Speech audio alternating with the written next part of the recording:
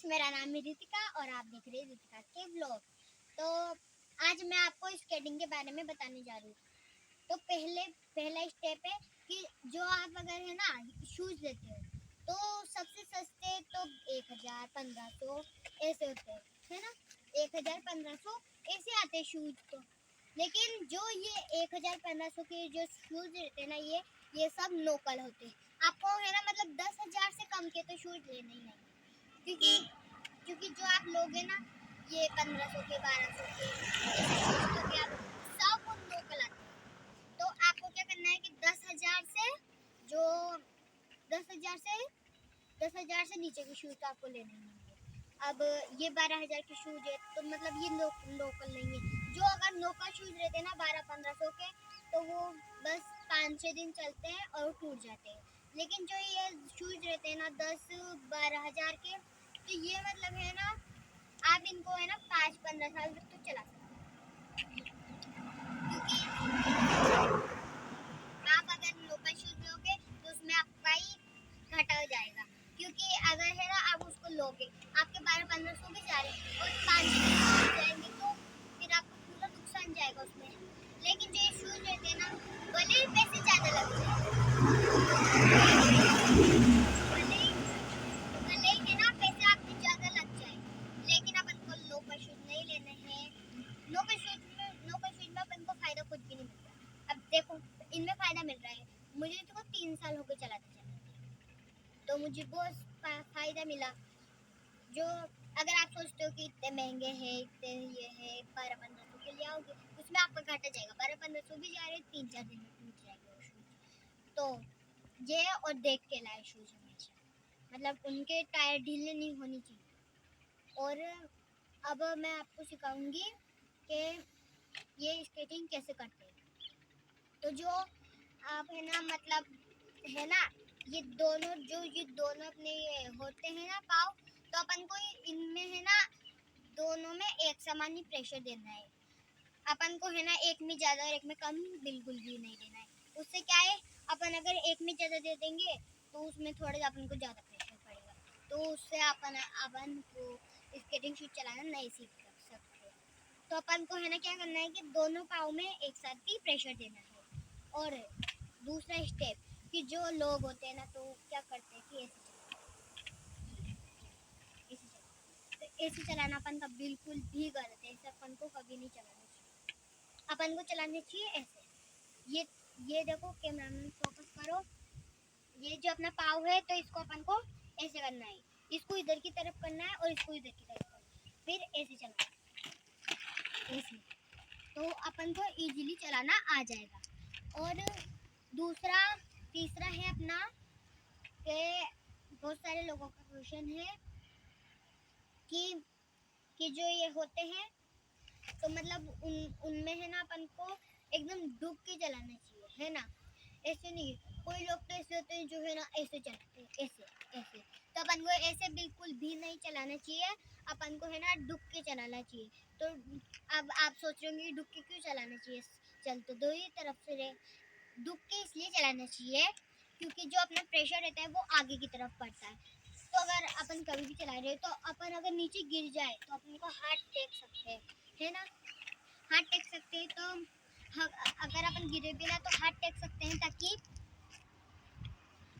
जो अपन गिरे ना तो अपने लगे नहीं ज़्यादा, हाथ टेक सकते हैं। और अगर आप सीधे रहोगे ऐसे चलाओगे तो आपका पीछे की तरफ प्रेशर जाएगा। तो आप अगर आप पीछे की तरफ गिर गए तो आपके सिर में लग सकती है, कहीं भी लग सकती है, कुछ भरोसा नहीं है। तो आपको आगे की तरफ प्रेशर देना है। और चौथा स्टेप की जो आप है ना न्यू ब्रेक लगाना, है ना, ब्रेक लगाना। तो ब्रेक जो अपन अक्सर अपन शूज लाते हैं तो उनके पीछे ही होते हैं, फोकस करो, जो उनके पीछे ये होता है ना। तो उनके पीछे ये होता है। तो अब आप सब सोचते होंगे कि ये ऐसे ही आया होगा इसमें से, लेकिन ये ऐसे बिल्कुल भी नहीं आता है। ये अपन जैसे कि ऐसे चला रहे हो, ऐसे तो लोग क्या करते हैं कि जो चलाते हैं ना तो थोड़ी धीमी स्पीड कर लेते हैं आगे अगर। और लेकिन अगर अपने सामने एकदम से कोई वाहन आ जाए तो अपन इतनी मुश्किल में क्या करें, तो है ना अपन को ऐसे चला के इसको जो ये रोते हैं ना, तो उसके पीछे ऐसे कर लेना है, मतलब थोड़ा पीछे की तरफ इसको ये ऊंचा कर देना है, ताकि ये जो है ना ये होता है तो ये रगड़ाए और अपन रुक जाए। तो ये वाला जब ये रुक जाएगा तो ऑटोमेटिक ही ये वाला रुक जाएगा। पांचवा स्टेप ये है कि जो है ना मतलब बैठने का तरीका है ना, बैठने का तरीका। तो अगर अक्सर आप बैठते हो तो आप ऐसे करके बैठो, तो अपन को ऐसे बिल्कुल नहीं बैठना है, ये तरीका बहुत गलत है। अपन को बैठना है, मैं बताती हूँ अपन कैसे बैठते हैं। जो मतलब है ना अपन ऐसे चलते हैं, तो ये वाला जो टांग रहता है ना अपना ये फुट, तो अपन को इसको आगे करना है, और जो ये वाला फुट रहता है तो अपन को है ना इसको ऐसे करना है। समझ गए आप लोग? ऐसे पीछे की साइड पे एक टांग पे है ना, तो ऐसे करना है। इसको बैठना बोलते हैं, मैं आपको करके बता दूं। ऐसे करके और ये, तो इसको बैठना बोलते हैं, है ना। और सिक्स तो आपको ऐसे करना है। अगर आप कहीं भी जा रहे हो है ना, मतलब कोई भी रनिंग रनिंग कंपटीशन में, तो बहुत सारे क्या करते हैं ऐसे। तो अपन को रनिंग कंपटीशन में ऐसे बिल्कुल भी नहीं चलाना है। अपन को एक टांग ऐसे रखना है, मैं बता दूं आपको। एक टांग अपन को ऐसे ऐसे जो आप रखोगे ना तो अपना पाँव ऐसे ही रखाएगा, तो अपन ऐसे है ना,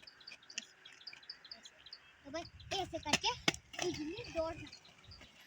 ऐसे करके अपन इजीली दौड़ सकते हैं, है ना, रनिंग में। और बहुत सारे का कूदने का सवाल है ना, तो जैसे कि बहुत सारे तो ऐसे अपन को बिल्कुल भी नहीं कूदना है। अपन को जो दोनों पाँव रहते हैं उनको यहाँ ऐसे कूदना है ना, और दोनों पाँव पे एक साथ प्रेशर देना है, ठीक है। तो ऐसे अपन को ऐसे करके और अपन को ऐसे कूदना है ना। बहुत सारे तो ऐसे ऐसे कूद जाते हैं, तो अपन को ऐसे बिल्कुल नहीं कूदना है। अगर अगर अगर अपन ऐसे कूदेंगे तो अपना पीछे प्रेशर जाएगा, और अगर पीछे प्रेशर जाएगा तो आप गिर भी सकते हो। तो ये स्टेप बिल्कुल गलत है आपका। तो अब मैं आपको थोड़ा सा रनिंग के बारे में बताऊंगी, है ना, मतलब दौड़ने के बारे में। अपन ऐसे दौड़ते हैं, है ना, तो अपन को झुक के रहना चाहिए।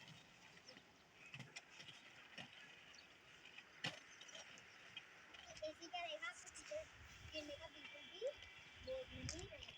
और घूमने का क्या आता है कि घूमे कैसे, तो वैसे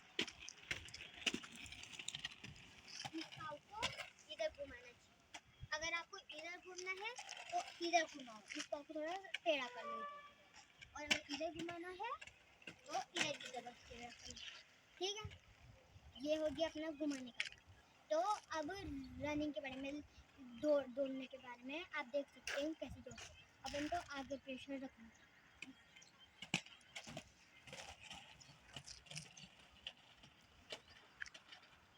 बहुत सारे तो अगर पीछे करके और अगर दौड़ना नहीं आता है तो अपन ऐसे आगे करके भी दौड़ सकते हैं। तो आज का वीडियो हो गया पूरा।